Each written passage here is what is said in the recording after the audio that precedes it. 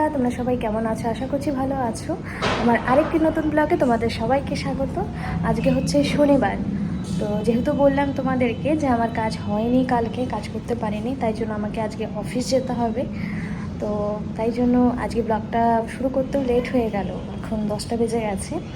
আর ঘরে কাজকর্ম সেরকম নেই, কালকে অনেকটা ওই জামা কাপড় কেচে নিয়েছি, তো রান্না বসিয়ে দিয়েছি আমি। তো চলো সেটা তোমাদের সাথে শেয়ার করছি। রান্না করে স্নান করে পুজো দিয়ে আমি বেরিয়ে যাব। তারপর আমি এলে তারপর বাবা আবার কাজে বেরোবে, তো বাবু বাবার সাথেই থাকবে। তো দেখাচ্ছি তোমাদের। এখানে ভাত বসিয়ে দিয়েছি, সয়াবিন আমি এখানে একটু সেদ্ধ করে নেব।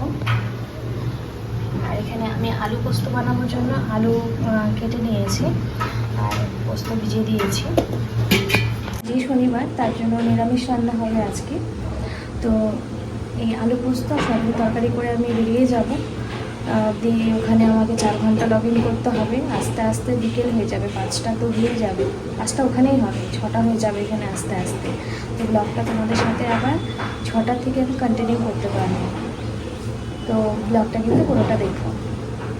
এখানে আলু পোস্তর জন্য কাঁচা লঙ্কা আর কালগুলো ফোড়ন দিয়ে আলু ভাজতে দিয়ে দিয়েছি, আর এটাকে আমি এখন পেস্ট করে নেব।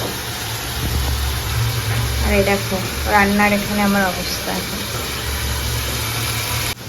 তো পোস্ত এখানে রেডি হয়ে গেছে, আর এখানে সয়াবিনটা আমি বসিয়ে দিয়েছি। আর সয়াবিনের আলাদা করে আলু কাটিয়ে পোস্ততে যে আলু কাটা ছিল সেখান থেকে কিছু দিয়ে দিয়েছি। বন্ধুরা, আজকে সারাদিনে আর ভিডিও দিতে পারিনি, তখন তাড়াতাড়ি করে মানে দুপুরবেলাতে বেরিয়ে গেছিলাম কাজের জন্য। আর তারপরে সন্ধ্যাবেলা হয়ে গেছে আসতে, আর তারপরে একটু ঘরে কাজকর্ম করেছি। এবার তোমাদের সাথে দেখা হচ্ছে, এখন প্রায় 10টা বাজে। তো বাবুর জন্য প্রেশারে ভাত সেদ্ধ দিয়ে করে নিয়েছি, কারণ বাবু নাকি দুপুরবেলা বেশিটা ভাত খায়নি। এমনিতে রাতেরবেলা আমি ডালিয়া খাওয়াই, তো আজকে ভাত করলাম। আর কিছু বাসন আছে, সেটা ধুয়ে নেব। তোমাদেরকে একটা কথা বলার আছে। তো তোমরা তো জানোই যে আমার সিস্টেমে কীরকম প্রবলেম চলছে, ঠিকঠাক কাজ করতে পারছি না। এর মধ্যে আমার কাছে একটা খুশির খবর, যে বাড়িতে থেকে আরেকটা কাজের জন্য আমি খোঁজ পেয়েছি। তো আমাকে সিভিটা পাঠাতে বলেছে। তো সেটা যদি হয়ে যায়, আমি একটু নিস্তার পাবো যে না, এটাও যদি আমি ঠিক কন্টিনিউ না করতে পারি, আর এটা যদি আমি নতুন কাজ পেয়ে যাই, তো বেশ একটা ভালো খবর। তো তোমরাই বলো কেমন লাগলো খবরটা।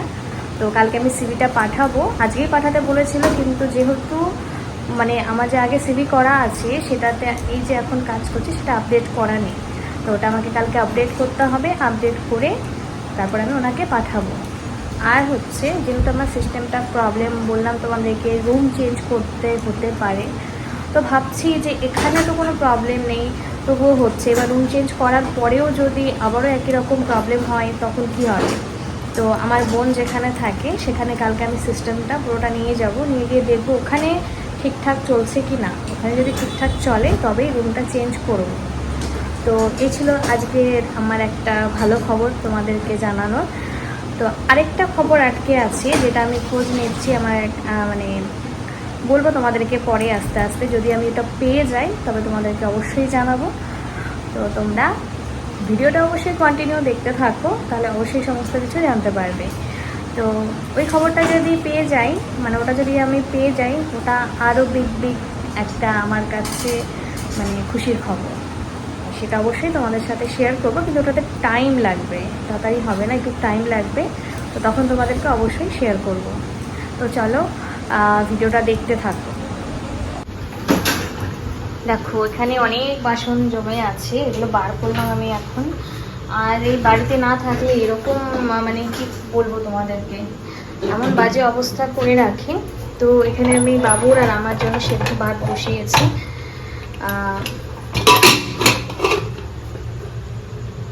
বেশ ভালোই হয়েছে। বাসন কটা ধুয়ে বাবু আর আমি দুজনেই খেয়ে নেব। তো বন্ধুরা, খাওয়া দাওয়া সমস্ত কিছু কমপ্লিট হয়ে গেছে, রান্নাঘর পরিষ্কার করে নিয়েছি, এখন ঘুমানোর পালা। তো ভিডিওটা এখানে শেষ করছি।